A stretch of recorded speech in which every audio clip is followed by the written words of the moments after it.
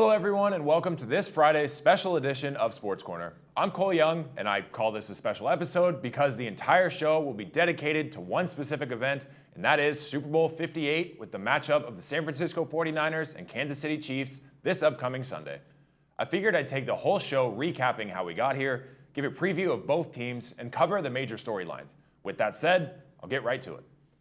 Starting in the AFC, the Chiefs started the season appearing to have somewhat of a down year. They opened the NFL season as the reigning Super Bowl champions. On a Thursday night in the first game of the season, the Chiefs hosted a team with tons of hype and postseason potential, the Detroit Lions. Detroit forced Patrick Mahomes to throw a pick six, and it was apparent pretty early that the lack of weapons on the Kansas City offense would appear to be an issue for Mahomes and the Chiefs all season long. The Chiefs started off the season 0-1, but they had plenty of season to go. Kansas City won their next 6 games before things started to go a little awry. The Chiefs lost to the Broncos in mid-October, their first time losing to Denver in over 8 years. Sitting at 6-2 and still a top team in the AFC, the Chiefs then went just 5-4 to finish the season, losing to the Eagles, Packers, Raiders, and Bills in a controversial last-second loss due to an offsides penalty. Despite a slight skid in the second half of the season, the Chiefs still managed to have one of the top defenses in the NFL, and Mahomes still threw for over 4,000 yards and 27 touchdowns. They entered the playoffs as the number 2 seed in the AFC behind the Ravens, and the stage was set for their rematch with the Miami Dolphins.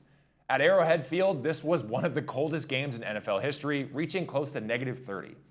The Dolphins couldn't handle the Chiefs' defense nor the inclement weather, and the Chiefs went on to win 26-7. Rookie receiver Rashee Rice stepped up as the Chiefs' top receiver, catching 8 passes for 130 yards and a touchdown. A win in the wild card round meant that for the first time in his career, Patrick Mahomes would be playing in a road playoff game. And to make it even sweeter, the Chiefs and Mahomes traveled to Buffalo to take on their newest rivals, the Bills, in the divisional round. In yet another freezing cold and snowy game, it was an absolute shootout from start to finish. Despite Josh Allen tallying 3 total touchdowns, the Chiefs managed to defeat the Bills after a Buffalo missed last-second game-tying field goal. Travis Kelce re-emerged in this game, proving he is one of the best postseason tight ends of all time. He would finish this game with 75 yards and 2 receiving touchdowns. The Chiefs were now set to appear in their 6th straight AFC Championship appearance, but in their way stood the best team in the NFL, the Baltimore Ravens. The Ravens had the number 1 defense and number 1 rushing offense, and by all accounts, they were set to be in the Super Bowl. Even though the Chiefs did not score a single point in the second half, the KC defense managed to hold the Ravens to just 10 points throughout the game, and the Chiefs were headed to the Super Bowl for the 4th time in 5 years. Mahomes and Kelce again put on a clinic, connecting 11 times for 116 yards and a touchdown. The Chiefs have solidified themselves as a dynasty and are going for their 3rd Super Bowl win since the 2019-2020 season. The Chiefs will be appearing in their 6th Super Bowl with a record of 3-2. The Chiefs won in 1969, 2019, and last year in 2022. The 2 losses came in the first Super Bowl in 1966 and to the Buccaneers back in 2020. In the way of yet another Chiefs victory stands another historic team, the San Francisco 49ers. The 49ers started the season already looking like the Super Bowl favorites, getting off to a 5-0 start and scoring 30 points or more in each game. Similar to the Chiefs, however, the Niners then lost 3 straight games to the Browns, Vikings, and Bengals. During that time, a lot of the stars on San Francisco roster were banged up and it showed. The team needed to regroup and find their footing before the second half of the season if they wanted to make a Super Bowl run. And they did just that, winning 7 of their last 9 games and securing the number 1 seed in the NFC. Quarterback Brock Purdy set a new franchise passing record on the season, finishing with 4,280 yards and 31 touchdowns. Christian McCaffrey was, in my opinion, the MVP of the 49ers and possibly the NFL, finishing the season with 2,023 all-purpose yards and 21 total touchdowns. After the first round bye, the 49ers hosted the Green Bay Packers in the divisional round. They absolutely looked rusty, and for a while, it seemed like San Francisco would be sent home packing. The Packers were up 21-14 heading into the 4th quarter and had all the momentum on their side. But the 49ers managed to do something they hadn't done all season, and that's pull off a late-game comeback win. McCaffrey ran for his 2nd touchdown late in the game, and the 49ers pulled off the nail-biter win and earned a spot in the NFC Championship game, beating the Packers 24-21. Heading to their 3rd straight NFC Championship and 4th in the last 5 years, San Francisco was set to host the high-powered Detroit Lions. This game started out as an absolute disaster for the 49ers, and it looked like they were on pace to get steamrolled by the Lions. Detroit scored on just the fourth play from scrimmage and continued to score while holding the 49ers to just 7 first-half points. The Lions were up 24-7 heading into the second half, and it felt like if they scored again, that lead would be insurmountable. The 49ers then scored 17 points in an 8-minute span of the third quarter to tie the game. Another 10 points in the fourth quarter put the 49ers ahead, and although Detroit would attempt their own last-second comeback, San Francisco held on to win after mounting the fourth comeback ever from 17 points down or more in a conference title game to head to their first Super Bowl appearance since the 2019-2020 season. They will be appearing in their 8th Super Bowl and currently sit with a record of 5-2 in the big game. The 8 appearances are tied with the Cowboys, Steelers, and Broncos for the second highest. Only the Patriots, with 11, have appeared in more Super Bowls. The 49ers' 5 wins were in 1981, 84, 88, 89, and 1994. The 2 losses came in 2012 to the Ravens, and like I mentioned, in 2019 to the Chiefs.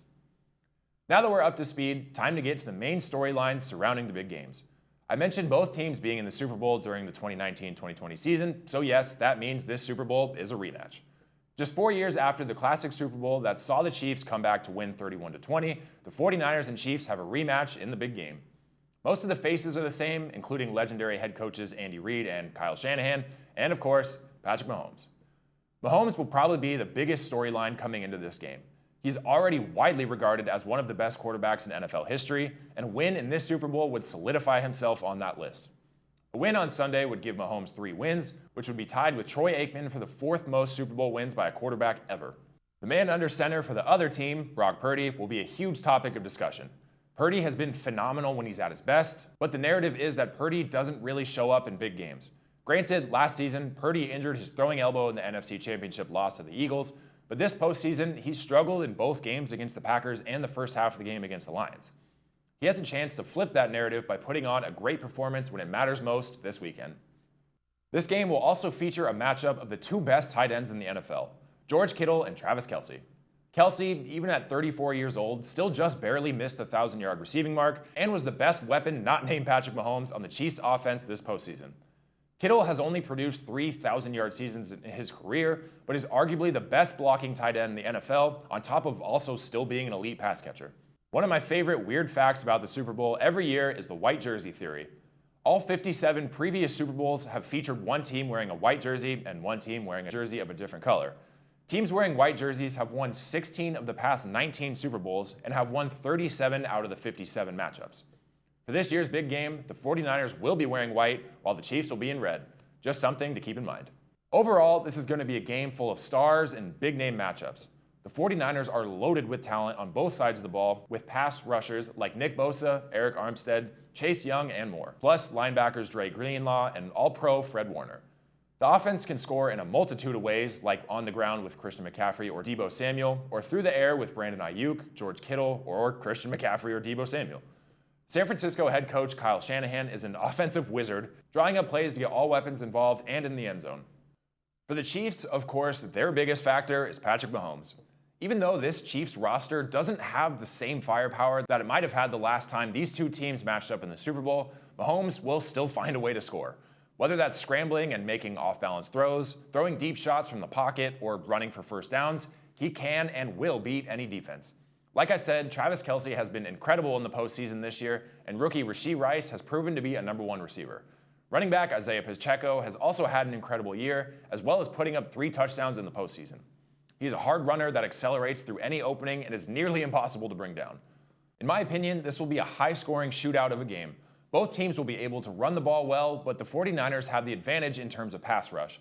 The Chiefs' secondary has been lights out all season, so they will limit San Francisco's ability to move the ball through the air. Here's my prediction. I think Christian McCaffrey will get loads of touches and will put up a multiple-score game. Isaiah Pacheco, Travis Kelce, and Mahomes will lead the Chiefs' offense to a plethora of points, but the 49ers' defense should be able to pick up sacks and/or turnovers in key moments. I believe if the 49ers' offense can play the way they did in the second half of the Lions game, they will come out of this weekend with a Lombardi trophy. But every time me or anyone else on earth bets against Mahomes and the Chiefs, it never really ends well, so I might regret my pick.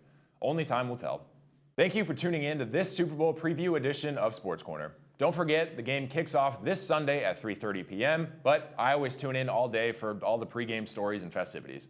Be sure to come back next Friday to hear my take on the game, and we'll catch up on a few other sports we've missed the past few weeks. I'm Cole Young. Thanks for watching, and I'll see you next time.